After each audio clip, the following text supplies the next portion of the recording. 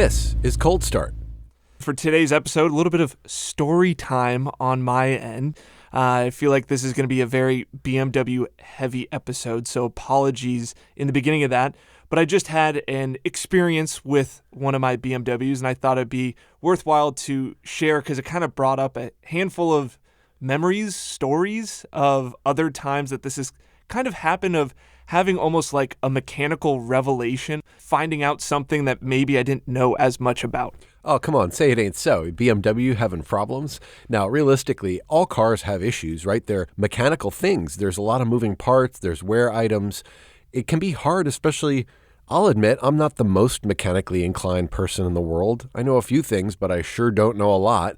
And I don't have experience rebuilding or taking things apart and putting them back together in the level of complexity that a modern car has. So sometimes when there's something wrong, I mean, we're not even sure. We think there's something wrong, and we have to rely on this kind of sensory data that we pick up about something going on with the car.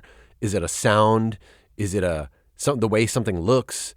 Is it a smell? Is it the way the car feels? Somehow, like, what is it that I'm trying to understand about the car and what's supposed to be versus what is? It's a hard process, especially when you feel like you're sort of in the dark. Yeah, and I feel like it's interesting too with like car enthusiasts. Like there are those that are very mechanically inclined and like love to take things apart and put them back together. And there's very much that category of individuals that just love driving or love cars but know little to nothing about.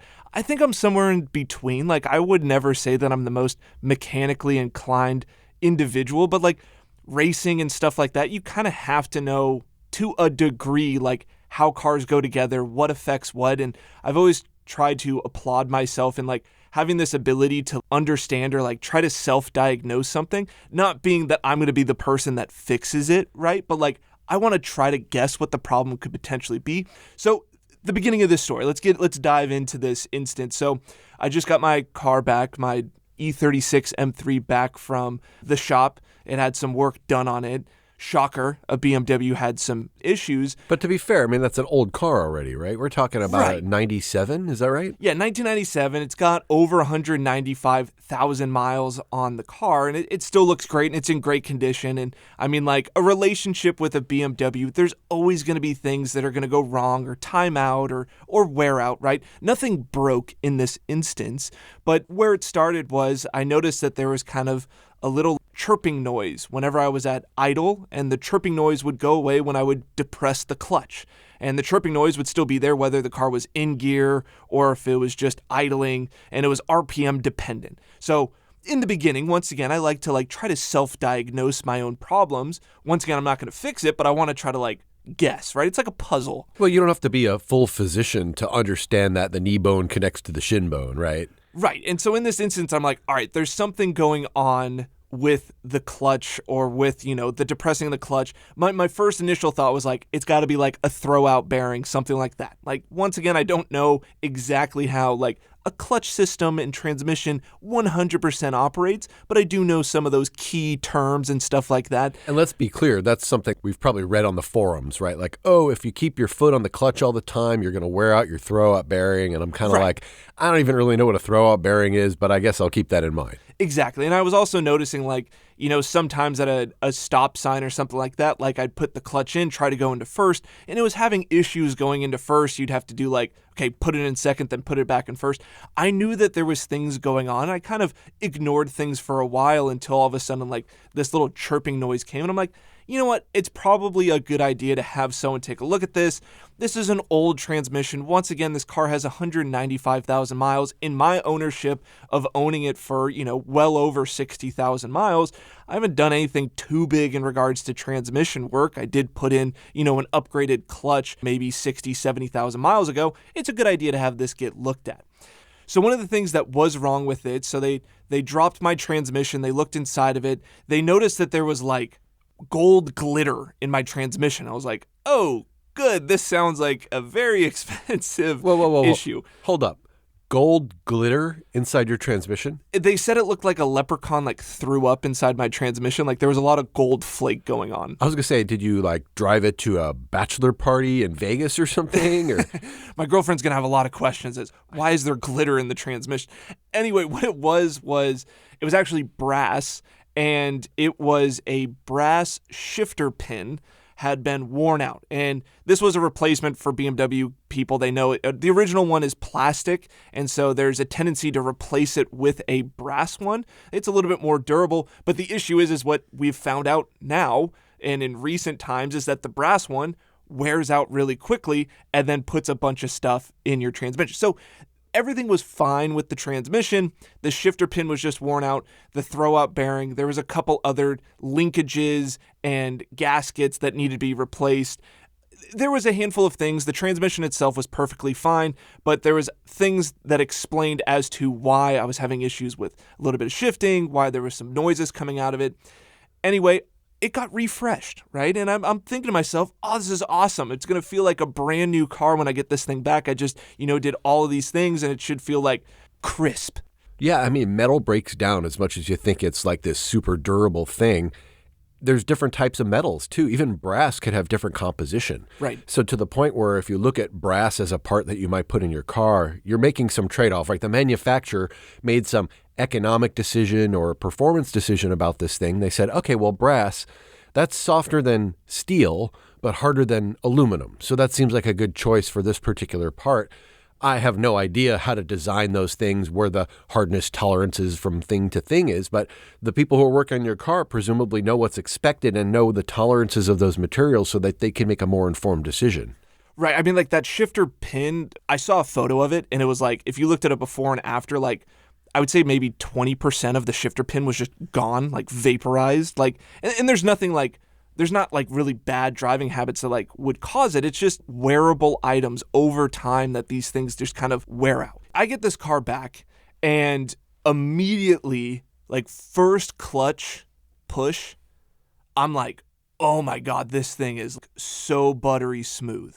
And this kind of goes back to not only previously before I had this work done, not only was I having some issues with like getting into first gear or second or whatever it was, the clutch throw itself had like some stiffness to it. Now, I never knew any better. Like that wasn't something that I knew in the diagnosis of like, oh yeah, my clutch has a little bit of inconsistency in the throw, or it's a little bit stiff, or it's like really hard to get the car going because the bite point is just so small.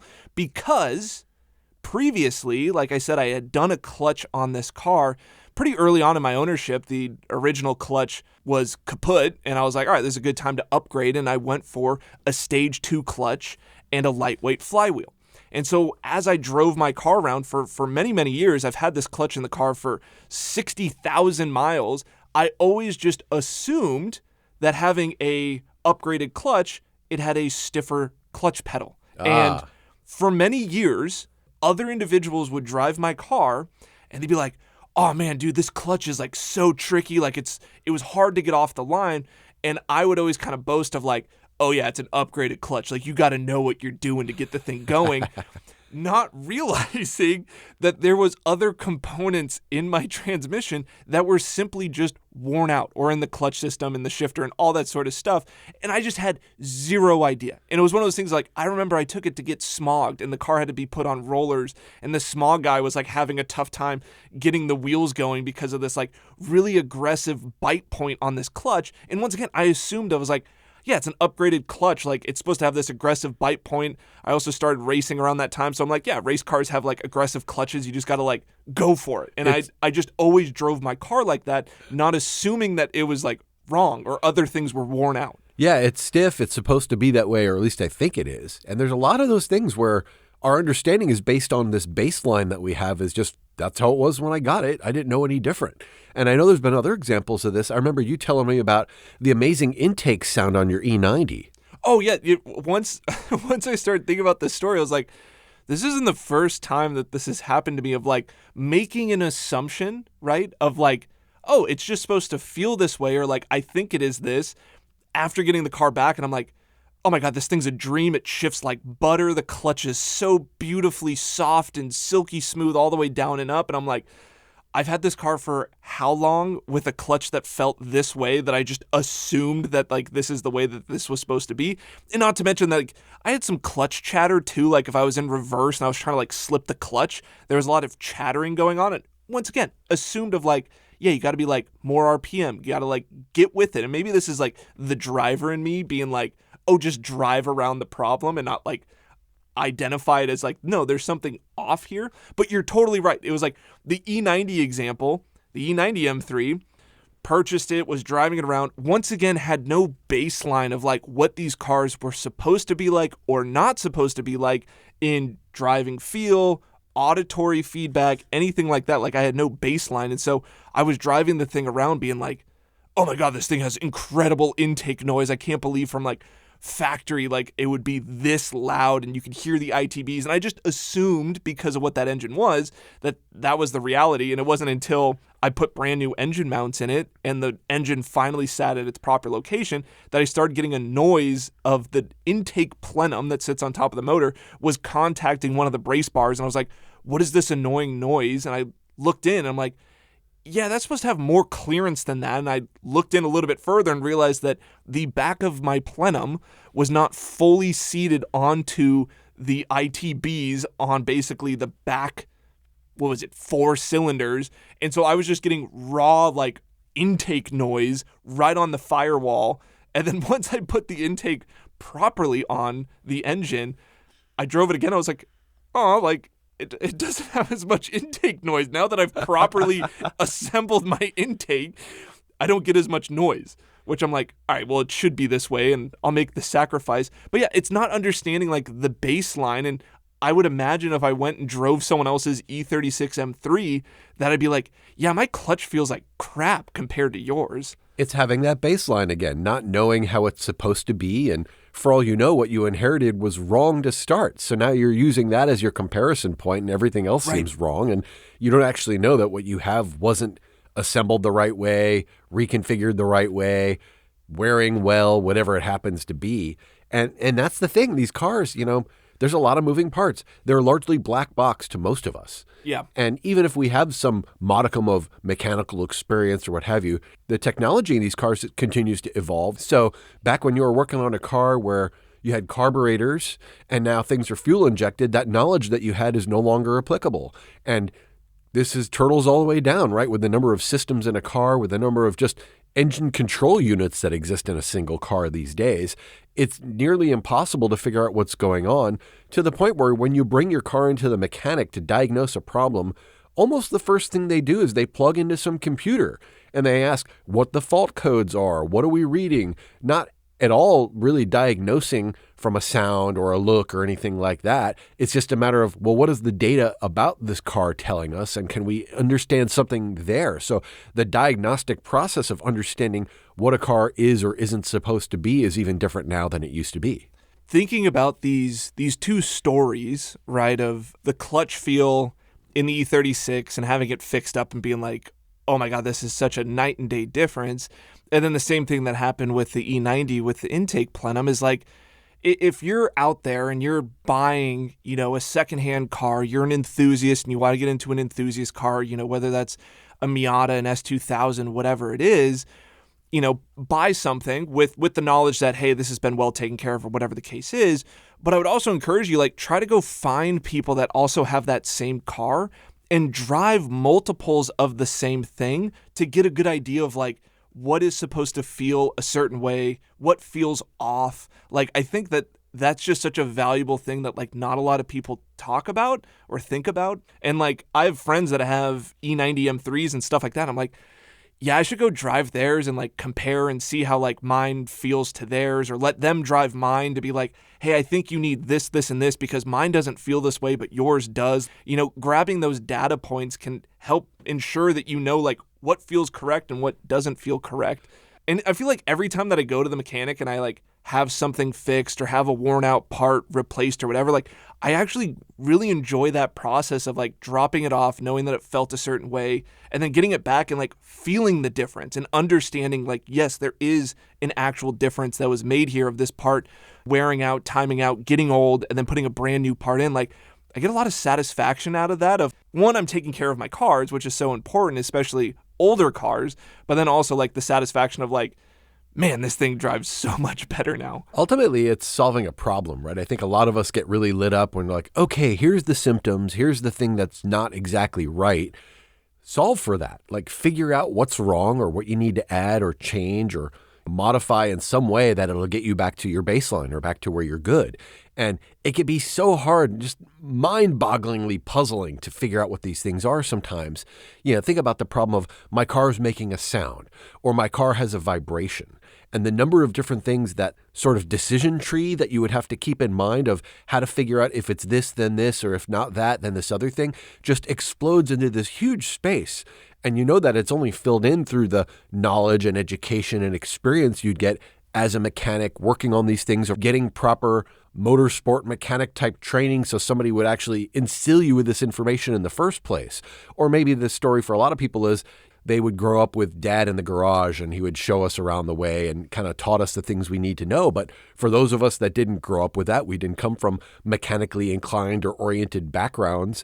How do you figure it out? It's your own problem solving. And a lot of it is just hearing what other people say, reading the forums, being through your own experience, knowing that time where it was making this vibration, you brought it to the mechanic, they tried these different things. It wasn't tires, it wasn't wheel weights. It turned out it was a tie rod. Oh, I've heard of that. I didn't actually know what that was. That's involved with bringing the tire into compliance in touching the ground, and it interacts with the chassis in such a way that could create vibrations. I never knew that, to the point where then if you have a hammer, everything looks like a nail. So every time I had a vibration afterwards, I'd say, oh, it must be a tie rod. And inevitably, it was never again a tie rod. So there's just so many parts to these systems. It's a matter of understanding, again, what connects to what, how is it supposed to be, and what are the symptoms as a result of those things being out of alignment or being broken or just not functioning as they're supposed to be.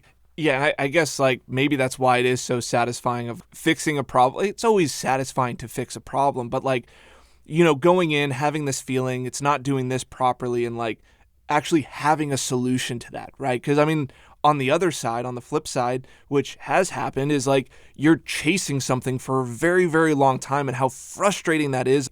Okay, this is happening with the car, and I checked this, and this, and I've replaced all these things, and it still does that. On the flip side, it can be so, so frustrating and not satisfying. And I agree with you 100% of how do you learn to get better at these things? And I think it is whether you go to mechanics training and you go to school and you dedicate years of your life to going and doing that. But as an enthusiast, how do you get better at this stuff? It's trial and error. It's really much like experience. It's, logging stuff away of I experienced this with the car, I've replaced these things and this happened, or reading up on the forums, being knowledgeable about your car in some sort of way. And I even experienced this in the very beginnings of when I was racing. And I think that was the biggest eye-opening that I had was in my early days of racing and engaging with cars in a very dynamic and sporty way.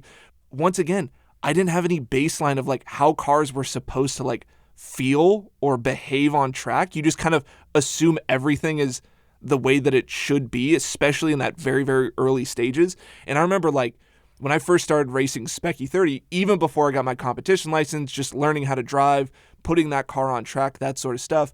I remember I had a day where I was with my racing instructor and we were doing some lead follows. He was in a Spec E30, I was in a Spec E30. I was basically just chasing him at Sonoma, and I was kind of struggling to keep up. He was losing me down the S's, and he's on the radio with me, helmet to helmet communication of come on, keep up. And I'm I feel like I'm hustling this thing as fast as I can through the S's. I'm going as hard as I can, and I'm on the limit, and the thing's getting sideways. So I don't really know how I could go much faster. After a couple laps of this, he got frustrated that I couldn't keep up with him. He's all right, let's pull in the pits. Let's figure out what's happening. And he's explained to me, it's you need to go faster through the S's. And I'm I feel like I can't. And he's all right, we'll put the car in the air. We'll check the tires. We'll do this, that, the other, and check the car over. What we had found out was one of the pins to the front sway bar had exited the chat. And so I had no front sway bar. Nope. But I had a rear sway bar. So basically the car was just in total loose mode the entire time. And so my driving instructor, one giving me crap that I was being slow and I should be faster, all of a sudden he looks at me, he's You had no front sway bar. That was pretty impressive of how quickly you were going through the S's at Sonoma and not losing control of the car. I'm like, cool, now I know what a front sway bar feels like when it's not connected. That's awesome. But like in that moment, I had no idea, right? I'm just driving the car as hard as I can. I have no idea what's broken or what feels right or should feel right. I'm just going for it. It totally reminds me of my experience just when I was first learning to drive at Sonoma Raceway. And if you're not that familiar with the configuration of the racetrack, turn 11 is a hairpin coming out of a fast section. So coming from turn 10, which is pretty fast, you come into turn 11, it's a heavy braking zone, it's a 180, and then you're going to turn around and get back onto the kind of main straight of the racetrack. Well, going through that turn, it's pretty low speed, 30, 40 miles an hour in a GT car.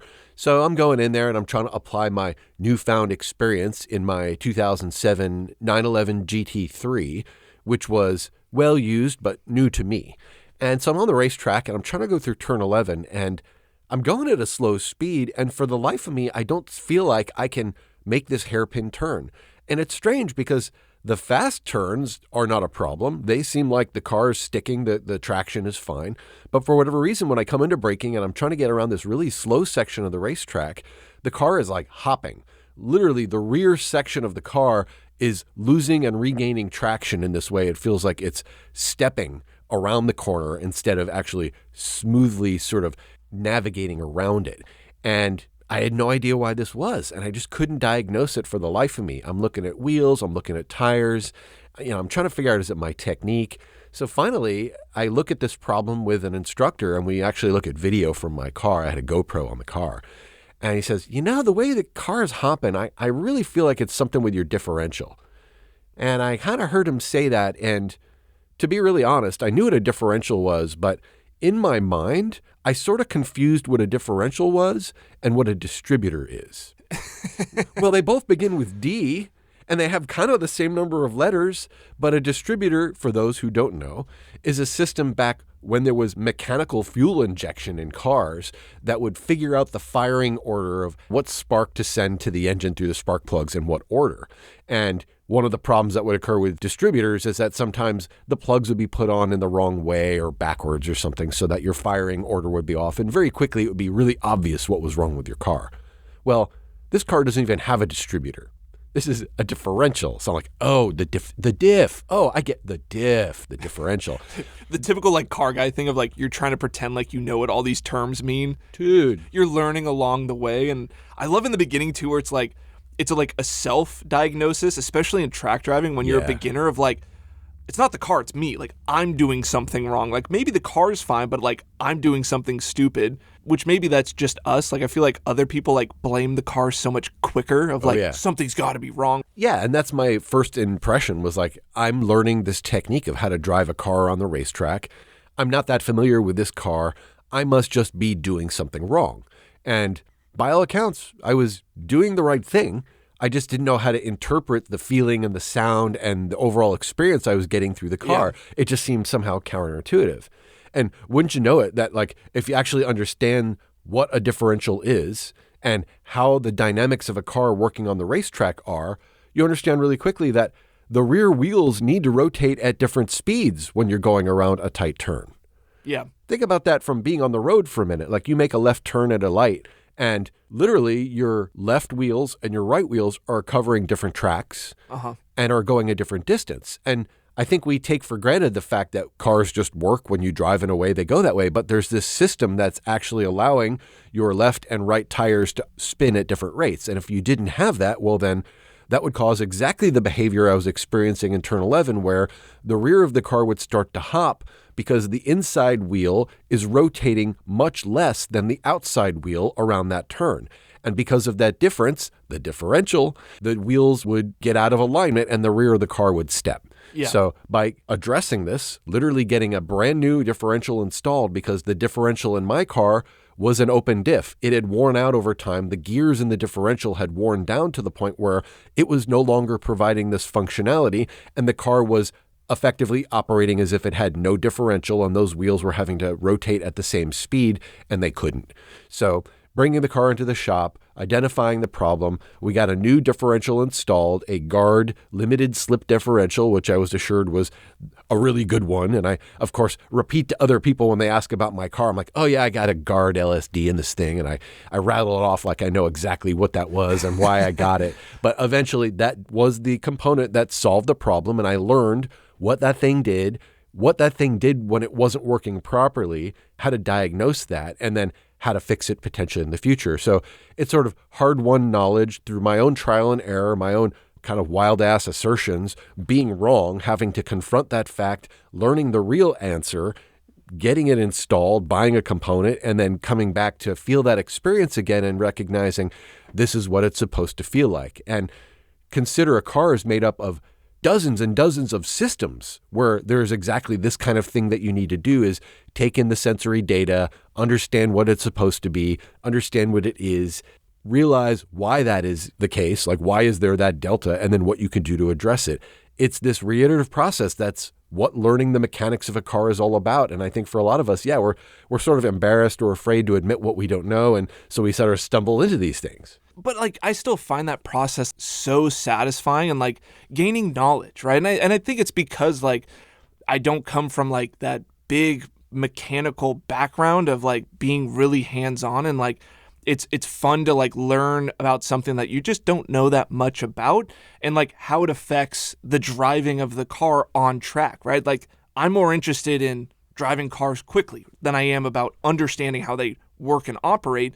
But understanding that relationship of how it's very important between the two, I think is cool and interesting. And funny enough, in the Spec E30, I actually had a diff fail on me as well. Uh-huh. And it was a weird thing because like obviously in an E30, when the diff goes, like it's just going to spin the inside tire like crazy and you have no forward momentum. You have no forward go, right? It's not able to really put down the power efficiently when the diff kind of goes, let goes, whatever you want to call it. What I found what was really, really interesting, which before this would have had no idea unless I was like mechanically inclined and knew all the engineering jargon and how everything works in a car, but I didn't know how much the differential does on decel and entry into the corner as well. Right. Because that was another thing that I really experienced was like, I was at Sonoma, like coming up and over 2, spinning the inside tire. I'm like, this is doing more than it should, right? Same thing up and over 3A, unloading that inside tire, right. Spun it up. But then when I came into the carousel, into turn 6, up and over the crest, coming into that downhill, the car was just ungodly loose. And I was like, what is going on? Like, I can understand that, like, being loose, wheel spin on throttle with a broken diff, but like, what the hell's going on decel? Then talking to people, it's like, yeah, your differential, not only is it really important to put the power down, but also on the decel, how it's distributing, the rotation between each tire is also equally important. And I just had no idea. And like now, you look at F1 cars and stuff like that, like they have like acceleration diff settings and decel diff settings. Like There's so much that goes into it that once again, you would have no idea unless you're just like one of those people that loves engineering, you love the mechanical side of cars, but like there's so much that affects the drivability of your vehicle.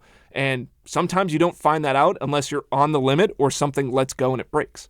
If you've been working around these cars, you've had exposure to growing up around mechanical things like this, you develop an intuition. You have a sense for how the components go together, how they're supposed to work, what they all do, what happens when they're not doing it. So that when you don't have that background and you get in the car, you're having to discover all that anew and figure it out and learn what these systems of a car do. And on one hand, it's sort of a testament to the manufacturers that they were able to sort of mask the complexity and give us a very simple interface, which is a steering wheel and a gear shift knob and a couple of pedals. And from that, we can go and drive a car and put it through all these conditions. But we don't actually understand or have to understand what's happening under the hood, under the chassis, around the car. So if you want to push the performance of a car and or have a deeper understanding for how those systems work together so that you can take advantage of the dynamics of a car under load at speed, it's good to have that knowledge. And it's also just cool to learn stuff and to unlock that puzzle that exists around, hey, there's this set of things that exist together that I can't quite figure out how they're connected. Oh, that piece is the answer to what the connection between these things is. I didn't have that before.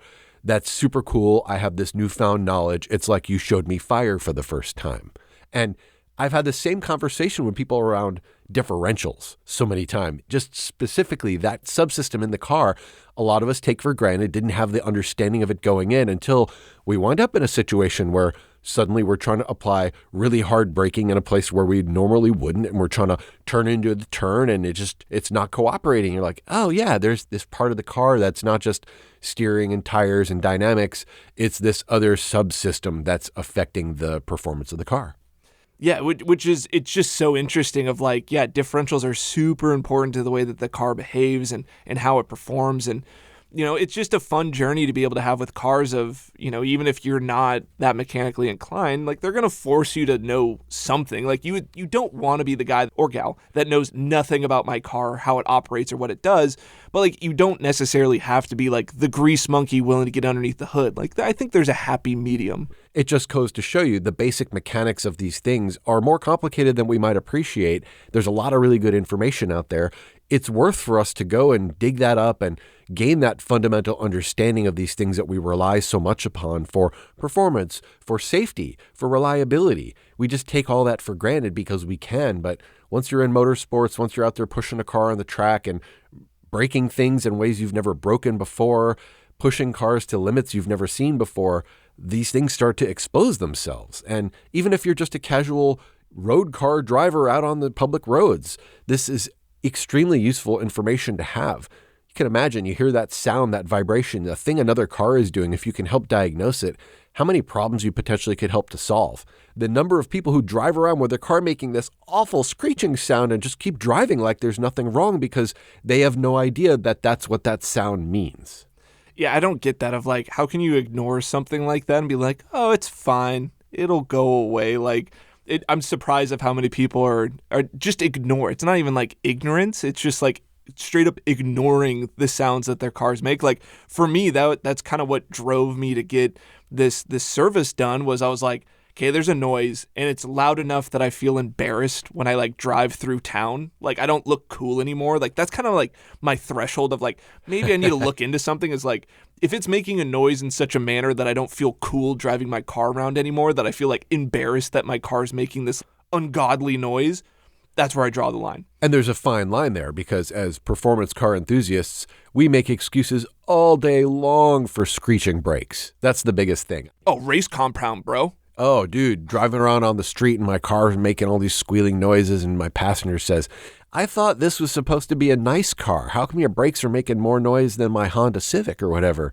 And you're there explaining how this stuff works and making excuses for effectively why your car makes this loud noise. All right, I got one final story. This one is a mechanical failure story, and I don't know if there was a lot of education from it, but this is just a really good story, and you just brought up brakes. So this is one of my phenomenal stories that I have from racing of a mechanical failure, breaking things in spectacular fashions. Now, this story, it happened at VIR, Virginia International Raceway. This was my first time visiting that track. I had my Spec 30 out on the East Coast, Midwest. Was there for the national championship race with NASA at Mid-Ohio. Then decided, I was like, hey, I'm over here. I got the car. Might as well go check out VIR.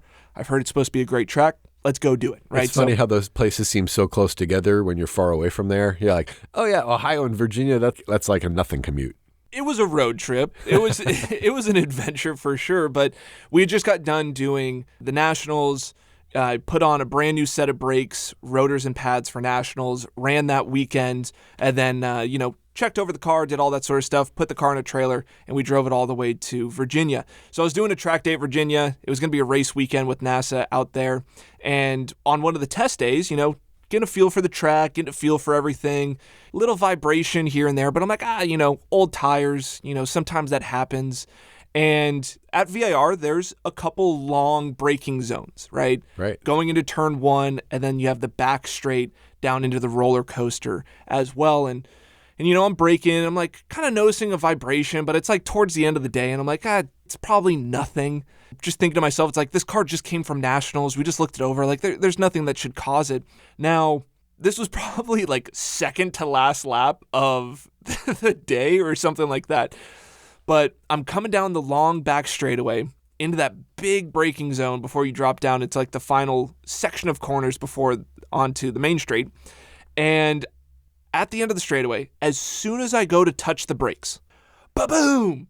Huge explosion from the right front, metal, collateral, this, that, the other. I'm like, what happened? And I like lose brake pressure, everything. I'm like, oh God, this is going to be big. Like, because the end of that straightaway, in a Spec E30, you're not going that fast, but you're at least in fifth gear in a Spec E30. That's a long straightaway. And I'm thinking to myself, I'm like, all right, I'm going off. Like, there's no way I'm keeping this thing on track. Thankfully, I'm like pumping the brakes because I'm thinking like, did I have like brake failure? I thought the wheel exploded. I thought like the tire exploded, wheel came off. I thought that's what had happened. And so I'm still holding on to the brakes, big boom, boom, boom. I get the car slowed down. I don't go off track. I kept it on the pavement, which I'm really impressed by. I'm able to coast this thing down the hill, get into pit lane, and pull it into the pits. And once I pull in to where I was paddocked, I get out, I go look at the right front, and I kid you not, a quarter of my rotor is missing. What? The right rotor had exploded. What the heck? But the wheel was still on it. The tire was obviously flat. And I was like, oh my God, what happened? And once again, I told you, I had replaced these rotors the week of the national event. It had 1 weekend on them. They were Brembos. It wasn't even like a knockoff rotor. I posted this on my Instagram, and so many people were like, what brand of rotors do you use? Like, they got to be like some like cheap whatevers. And I'm like, no, they were Brembos. Like, this shouldn't have happened. And like, it basically exploded off. The hub was all cracked off the rotor too. So like, once I pulled the wheel off, I was actually able to grab the remaining 3/4 of my rotor and just pull it straight off. Like, I didn't have to take the hub off or anything like that to pull the rest of it off. And it obviously caused some damage to the wheel, chunked out a bunch of the wheel. It also, the part of it that flew off hit into the wheel well. And there was actual daylight from the inside of the car looking through the bottom of the car. Dude. So it exploded so hard, it pierced the metal. We actually had to like weld the car back together from this.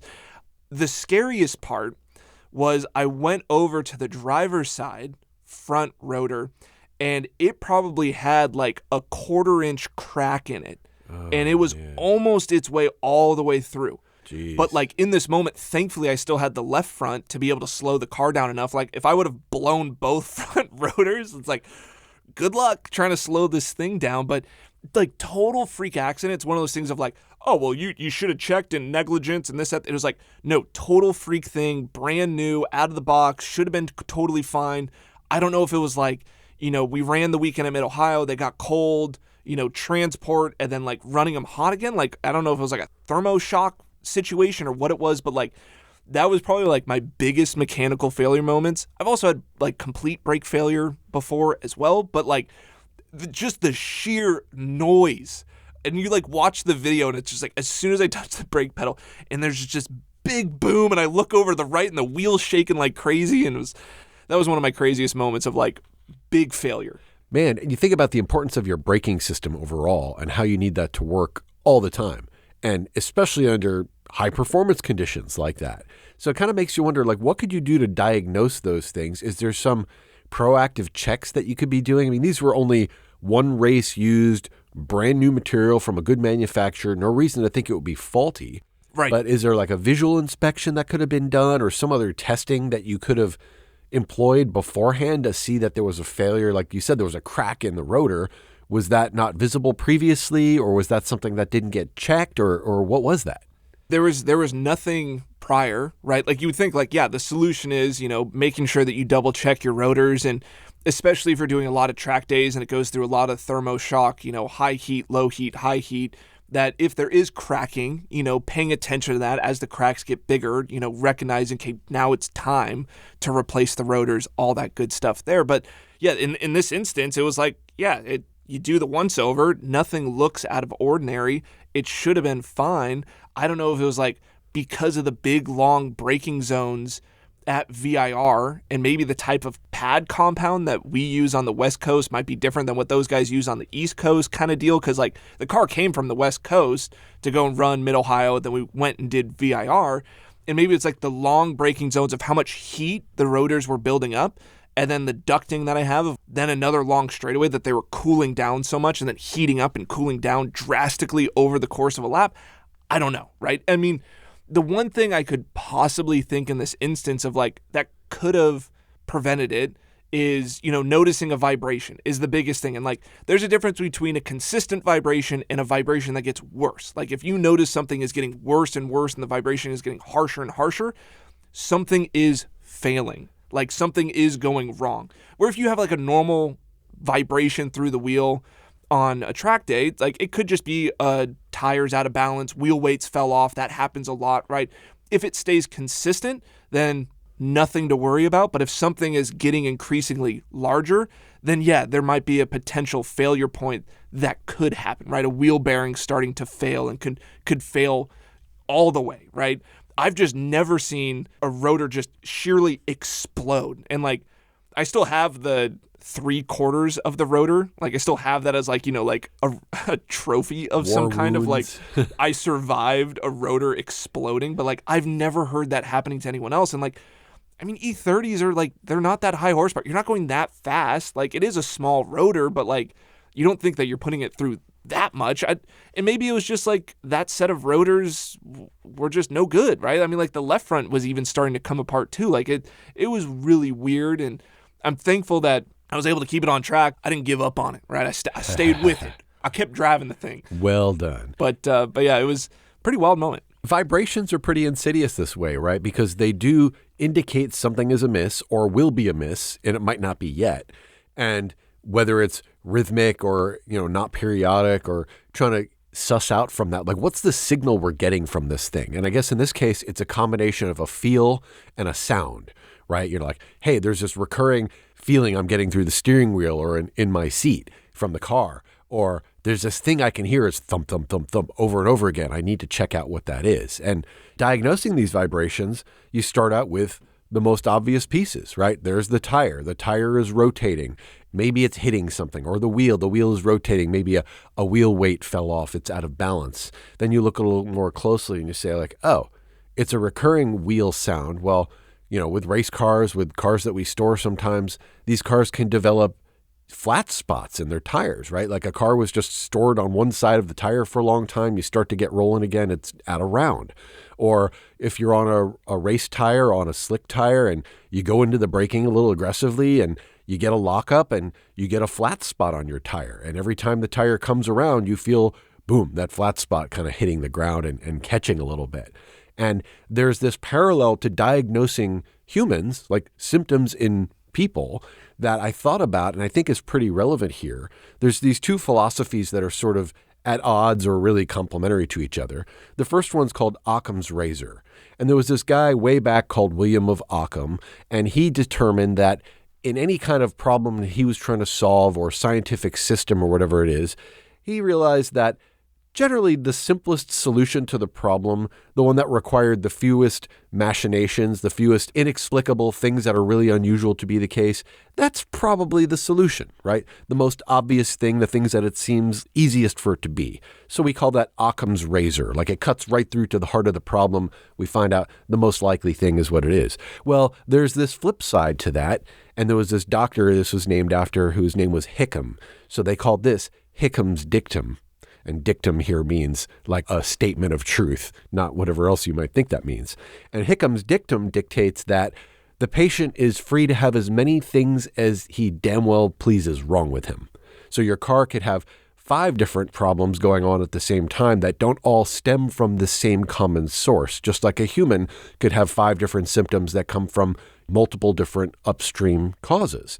So being able to tease apart, is this thing the thing it probably seems like it is because it's usually that? Let's check it first. And then there's this sort of funnel we go through, this decision tree where we winnow down from the broadest set of obvious things that it could be to a narrower and narrower or more esoteric, more unusual, rarer cause for this thing to be a problem. And I think that's the mindset we all go through when we have a problem to solve. Like, what's the most obvious thing it could be? What's the thing it usually is? Okay, it's not that. Well, what's the next thing that's maybe a little further out of my realm of close knowledge, but something I've heard of before? And we get into that stage. And then you wind up into this area where like, it's black box. I have no idea what this is. I've never heard of that thing before. I need a real expert to get to the bottom of it. And Then I can learn from it and put it back into my memory bank so that next time there's a problem like this, I can include this in the set of things I can use to diagnose what went wrong. But don't do that to the extent where you think you have the answer to every problem, because you might just have more problems than you realized going into this thing in the first place. I feel like this is my coping mechanism of being like, it's fun when your parts break, because then you can put new parts on it and your car feels so much better. So hopefully this has been fun of me sharing all of my stories of my BMWs breaking on me. And well, the reality is it's not just BMWs that fail. As much as it seems like that's the case, I could have told you all about what it was like getting my new M5 and trying to figure out what was wrong with it, the one we bought off of Bring a Trailer. Wait, that's another BMW. Oh. Right, BMWs. The consistency maybe there's terrible. something to this after all. But no, it's just a fun way to make fun of this stuff. You got to pay attention. You have to know what you need to know to operate a motor vehicle, right? Whether it's on the street or the track. And it's something we should all be learning from and paying attention to over time, is understanding what are the things that can go wrong? How do these systems operate? How are they put together?